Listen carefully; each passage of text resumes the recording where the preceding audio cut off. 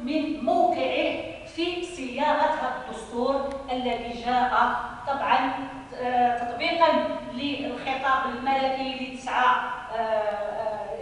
9 مارس، ولكن ايضا يعني التقائيه مع مطالب ويعني كل مكونات وتعبيرات المجتمع المغربي بحركاته باحزابه يعني مؤسساته وبحركاته النسائيه التي طالبت بأن تكون المساواة وحظر التمييز مبادئ مؤسسة للدستور.